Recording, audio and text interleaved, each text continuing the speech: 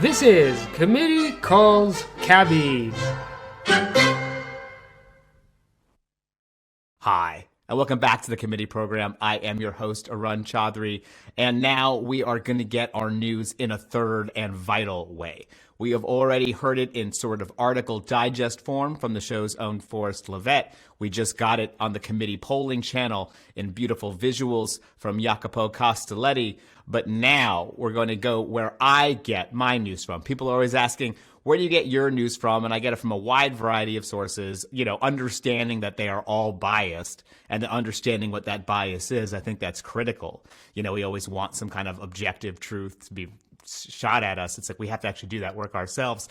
And I ask people who do things for a living where they talk to people, and that definitely includes cab drivers. And so we're going to have a new segment that's called Calls with Cabbies, where we're going to talk to folks who are cab drivers, who work closely with cab drivers, who have that kind of rough and tumble experience with voters.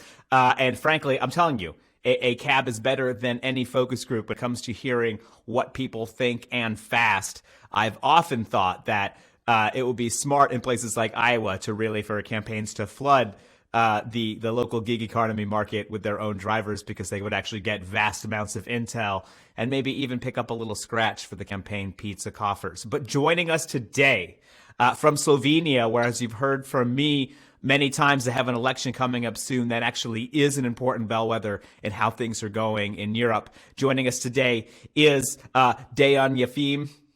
Oh God, did I say that correctly? Yes, you said correct. I did. Oh, because I wrote it down and then I looked down and then I looked up. Dejan, I did a good job. Great. He's joining us. And look, you are someone who works closely with cabbies. I mean, do you agree with my assessment that that's how you can really hear what's going on, even before we get into Slovenia specifics? Like, talk to me about your experience with voters and writing. There is no objective opinion on such heavy matters than like Uber and or politics is. So you have to listen to subjective matters in order to understand each of the opinions, and then you can decide based on these subjective matters and let's say develop your own objective matter. If you That's right. Put right. it like that. You're going to hear a lot of varieties very quickly, and you can triangulate into the middle and find out what's really going on based on any crazy thing anyone says. Of course, but specifically, yeah, specifically Slovenia, right, where you are and where a lot of folks are working very hard in an election that will come to a climax at the end of this month. I think on the 23rd or the 24th, is whichever the Sunday is. The 23rd? 24th. The 24th. 24th is a Sunday. And we've talked about it a little bit on the show in very broad strokes. Janez Janša is a liberal Democrat in the style of Orban, maybe, has, autocratic tendencies, not a particular fan of the free press, has origins in the progressive communist wing of the party, right? All these guys kind of come from someplace, end up someplace different. There is a coalition, including former prime ministers, sort of liberal folks, more left. What can you tell us about what is at stake in this election and who is at play? So, like you said, you know our situation pretty well. So, at stake is either Slovenia. Slovenia was always a liberal country, very liberal. It's the most liberal country maybe in Europe. And also the politics was liberal. It was also left liberal, always left liberal politics. What happens in Slovenia is due to our parliamentary system, which is kind of different than the one you have in the US, which you have the presidential system. It's the same as in Germany. What happens to us is that the parties that get the votes, or the left liberal parties or the liberal center-left coalition, liberal in American more than in the European sense. It's left, but it's liberal coalition. It's not left. It's not communist, And these are true liberals, and these guys often. What we have problem is with new parties entering each time of the election, because the liberal part of the politics is so strong that it happens that they fight between each other, and often a couple of times it happened that these liberals that were actually voted by the liberals, even some breaking the records in the elections with their parties, just switched to the hard right, which is Slovenia is now has the other pole, which is actually a hard right, like you said in maybe in Serbia or in not maybe more like Hungary or Hungary, even yeah. Russia. So these guys have really, because of the liberal nation of this country, have really little support among the people. Maybe 20 to 30% max with their satellites, and these guys never won actually the election. That's an objective truth. What does happen here is that in the middle of the term, which we have a 4-year term, happens that these guys just switch, and this is one of the things we want. You to had one of your large centrist parties switch from the center-left coalition to the right coalition. Yes. It's actually quite ironic because these guys won with the record number of votes of liberal left votes, and after I think 2 years the party broke up. The guys with some dignity and with political correctness just left the politics, and also the founding member of this party, which was a really respected liberal person here, but the some of the MPs in the guys from the parliament just switched to the right. They did the deals. It was probably. If you want to say it directly, it was probably made with some financial benefits. So, yeah. And actually, these past 2 years was a perfect reflection of that. Slovenia was governed by hard right. These guys, nobody here knows Slovenia from this angle that we've seen in these 2 years. It was police repression. Slovenian police was one of the most respected police around here, especially in the Balkans where we originate. We were famous for that. We were famous for professionalism, especially in police. And now this just came down to like a classical political police, which is just like handling cases with political opposition, with protesters and stuff like that. You've seen it yourself. You've been here. It was some harsh measures on the protesters. This was never seen in Slovenia before this government. This is, I think this is another objective truth. Important for our audience to understand, right? This isn't some sort of creaky, kind of working republic that's having a problem. It's actually much more akin, perhaps even to the U.S., where 20% is enough to sort of capture the government if you know how to maneuver power correctly. Sorry, go ahead. Yeah, it's not what is seen here now. Really, obviously, you've seen it if you were here. Is that like this amazing amount of people who started to who became a political activist in the last 2 years. And these are people who we didn't know each other before, not even remotely.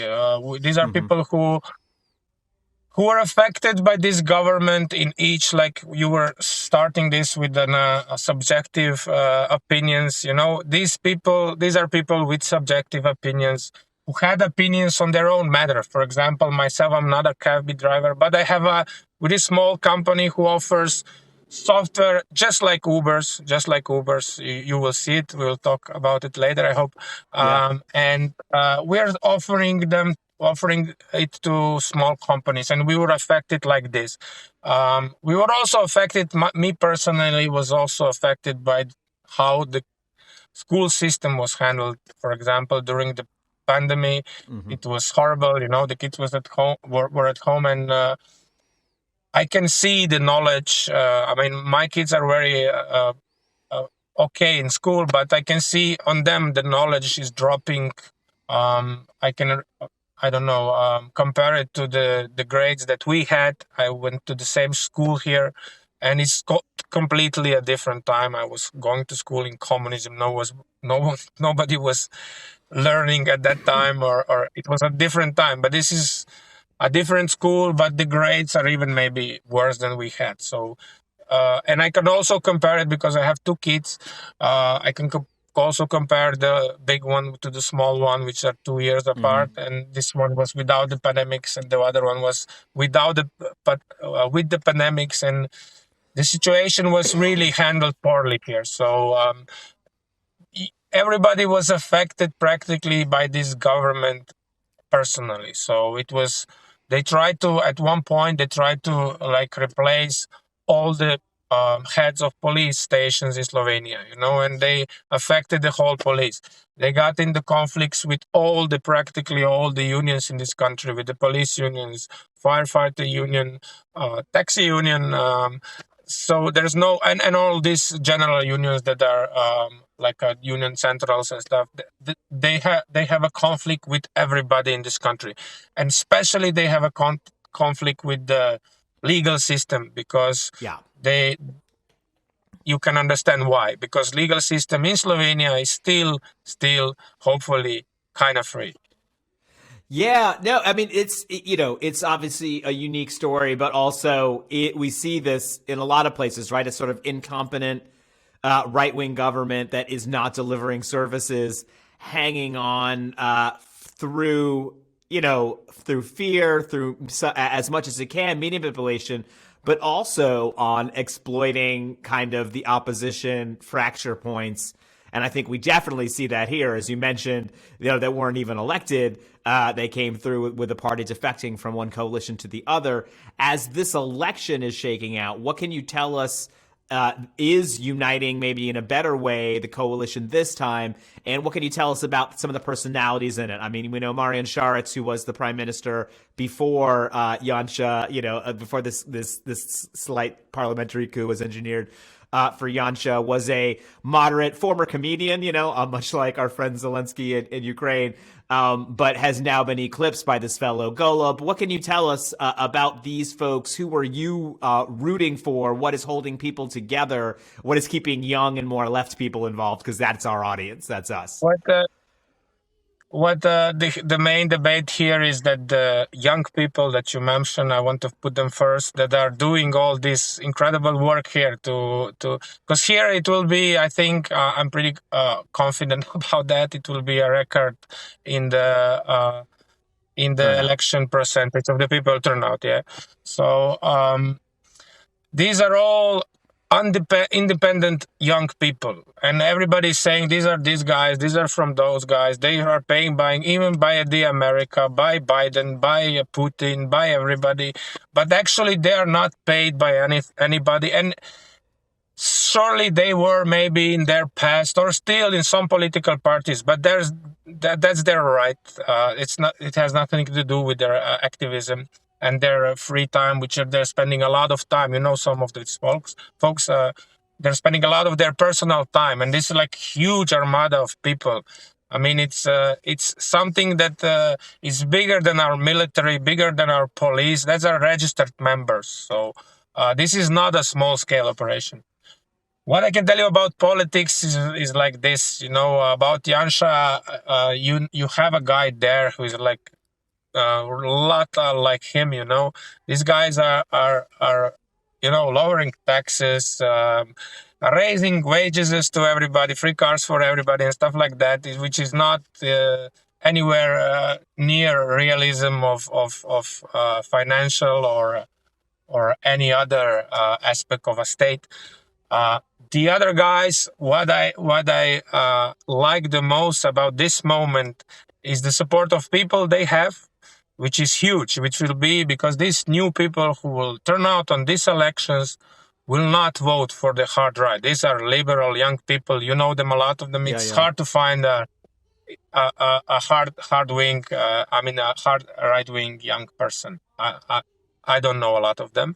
And I'm from a rural, not from a city, not from a metro area. This is a rural environment, so it should be a right-wing environment, but it's not still. So The opposition, I also like Marian Šarec, and I don't like. I don't know him. I know him from comedy, and I liked him from there. And I know his government because during these 2 years, I invested a lot of my time thanks to the coronavirus. I'm sorry about the humor. But I had the time to do it, and I spent a lot of time researching what the previous governments did. And what I like about these guys were that they were considerate about depth of the country, which is one of the main indicators of prosperity. If you have a high debt, you cannot expect a big like a good country, which is my opinion.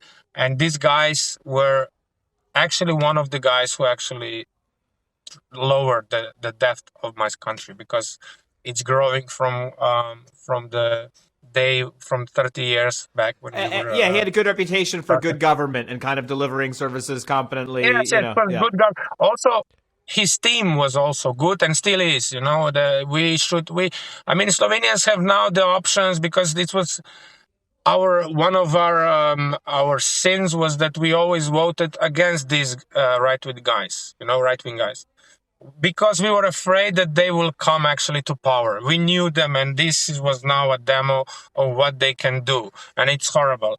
And because of that fear, we always voted for the guy who had in the public polls, which are suspicious, the most votes, the most prospect to win these guys. So we always voted like that. Even Marian Šarec came to power probably because of that. Even the guys I told you before, which fall apart, also came from that. What is good about Marian Šarec is that his party didn't fall apart. They just grew stronger, and they're now a really good team. They're doing their story, and I like them. I also like Golob guy, like you said. He's a really good expert on the center left. He's leading in the polls, but I don't believe the polls. But people probably do. But he's a really intelligent guy. He's also not a politic. He's a business guy, and he's very competent. He's a doctor of electrotechnics. He ran one of the I think the biggest electroenergetic company in Slovenia. He was very successful at that, and he was replaced by this government. So what I don't like about him is that he went to politics out of necessity. So this is not a good motive, I think. And also he had really little time about it, because he had to pull these people, like candidates, really in a really short amount of time. And these guys are from all points of the country, and some of them are known that were from that party that broke up and went to the other side just for keeping the parliamentary paycheck, and so some of these guys are actually in his party, and up to this point he didn't step away from them or said anything about them. And also one of the guys was actually a Uber guy, one of the team of the guys who were approached by Uber. That's how I know that some of these people are not good people, in my opinion, again. So that's what I'm afraid of. I'm not afraid of his personality, his character, or his judgment, or his competence.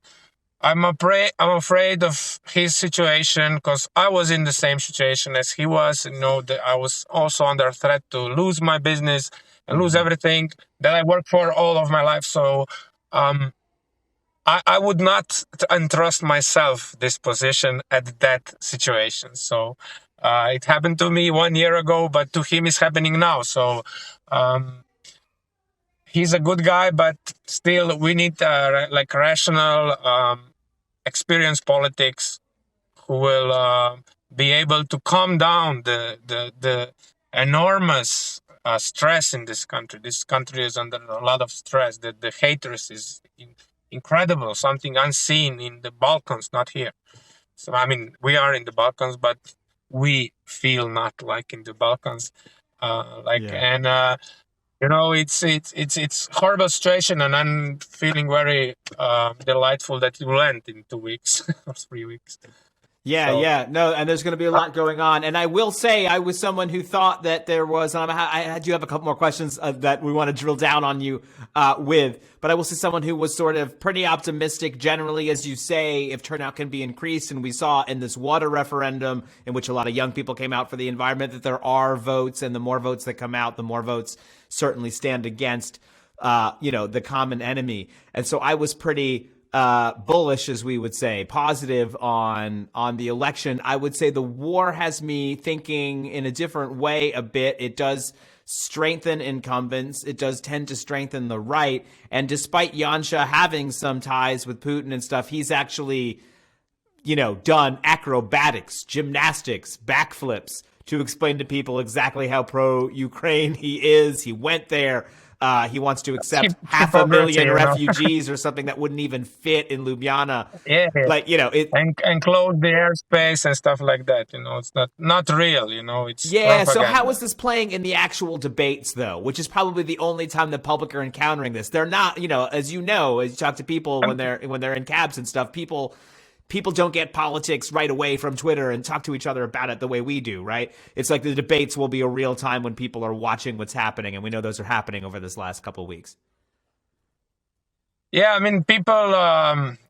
It was, it was over this happening to us 2 years now, and at the beginning, it was like nothing happening, and then it was becoming like stressful, and then it turned out into complete fear, because all these guys who were doing this, like assaulting people on Twitter, the news, they're like fake news, like they call it, but they're really fake news.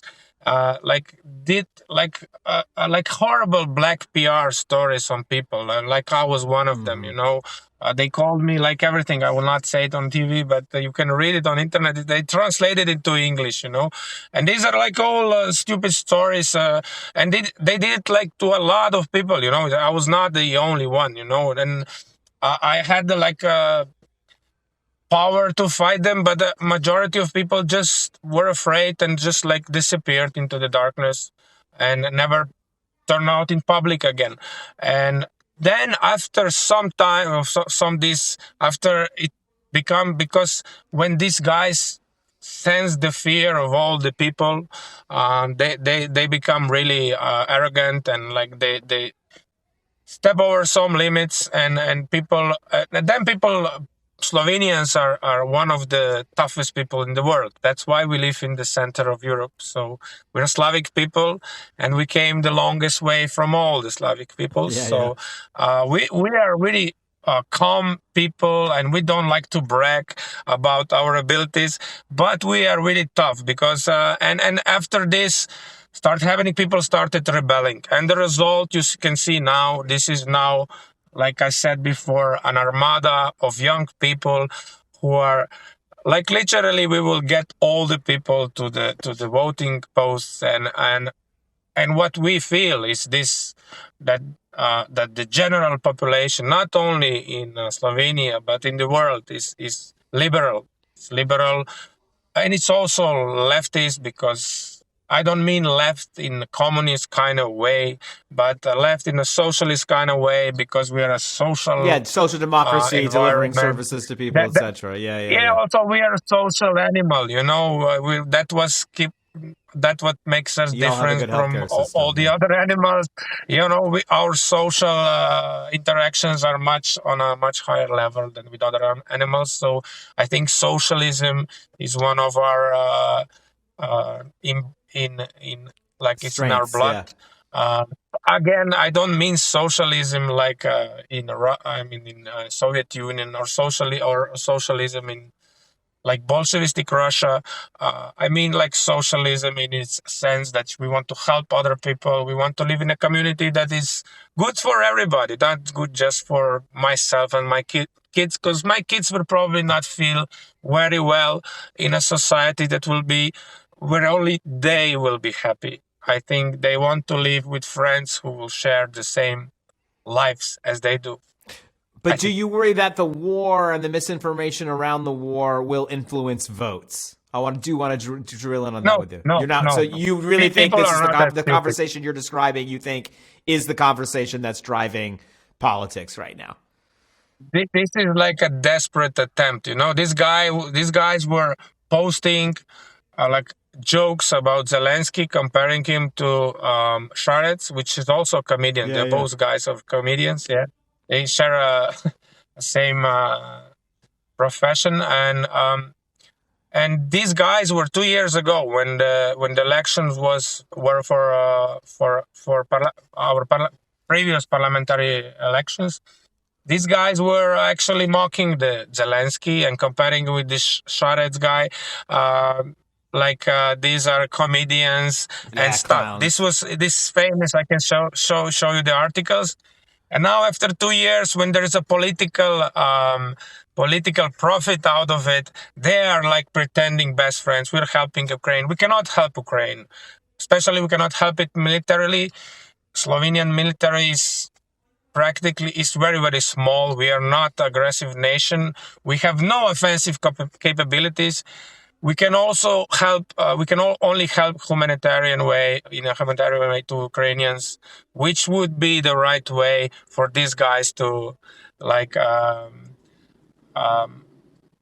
to maybe get a vote on this subject, but not like this. This is like hypocrisy, and people see it through. People are not stupid, they're. This would be really. Like if nobody's buying this, people are now mocking this propaganda. This propaganda. If the trip to Kiev, which was, I want to help Ukraine. No, I understand that. No, we're talking about the optics of everybody this. wants to help, but that was not helpful, and then that probably didn't even happen, and it was a big meme here, on the Twitter and everywhere. So it was also on TV, and all the comedians were making fun of it. So it was not helping Ukrainians in any way. It was only doing us damage. As a country, we are losing respect in such moves. It was not even. It was not even a EU move. It was a solo move. You make good points that I would see reflected actually in different ways in other elections, both in questioning actually how much putting Ukraine messaging when there is not necessarily that much specific places can do is helpful, to people, because politicians are doing it a lot because they feel like it's something to get gained of, and center-left politicians do it even more because they feel like they have this sort of deficit of patriotism to make up for, Yeah. So it'll be interesting to see how that plays out. But look, we aren't journalists here at the committee program. We're tacticians, as you know. We work on elections. We get dirty in elections, as are you. You have a tactic that I like the sound of a lot, and I was hoping that you could tell us about it. A little bit of an online-offline gambit that's going to get out the vote. And I wish that the show's friend Annie Weinberg was here because she loves this stuff, but I will make sure to clip it for her. So what we did, our struggle started with the taxi drivers that came to us regarding the change of legislation for Uber. The change of legislation here was really brutal. The guy who was a known lobbyist for all of Europe, who worked for Uber in Poland, just like he was a personal friend of this minister in the government, so it was done deal. Even the first document that they sent had a name Uber and something. Right. The logo was still on there. You're like, y'all didn't erase the logo. Actually, and it was sent in the between the government people, and some taxi drivers got to it, and then we rose up. And we fought really hard, and it was really dirty. It was during the corona. We protested. We did a lot of stuff. We've protested for 1 month, driving and stuff like that.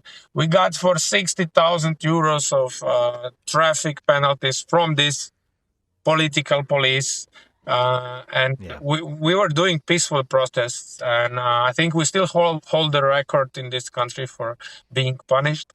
And after that, still, we did everything in our power, and the law was still accepted. This is how it became that everybody in this country was affected because we were one of the first laws that they started to change that affected people. But then they went through all the other areas of life. So to the police, everything. So health and everything. So we lost that war. So they accepted. They accepted the vote, and I mean they voted for the law, and then we didn't give up. So what we do, because we're clever people, we can do apps, and we can do apps, and we also have a big community of taxi drivers in our union, which trust us, fortunately. And what we decided to do is, actually, we didn't decide it. We were just fighting. We didn't know how. And then the referendum for water came, which these young people organized, which was a great thing. And what happened is that one of the ministers in the government did some like a bureaucratical trick to disable the people in the elderly homes to vote, because they have a right to vote there. So you have organizations. This sounds like the U.S. Yeah, and they just disable it, and then one of the taxi drivers, one of my friends, had the idea, we help them. And we organized really quickly with phones, with everything. Everybody went on board, really, and this was great. So we got a lot of people on the voting sites. It was also a good PR stuff. It was good in terms of people coming to the referendum. Because it was live, and that was a great success. So after that, the guys who are developing apps here for taxi, which are the same as Uber, came up with the idea, let's do this digitally. So let's digitalize elections for the next time. So let's do an app. We will collect the volunteers. We will collect the taxi drivers who want to do it, and we will take everybody who needs a solidarity ride on the day of the elections to the election spot. So how we did it? It's quite simple. It's like normal, another taxi app, like you said, in US, where you have a lot of them by now, probably. So I can show it to you, but it's just another taxi app.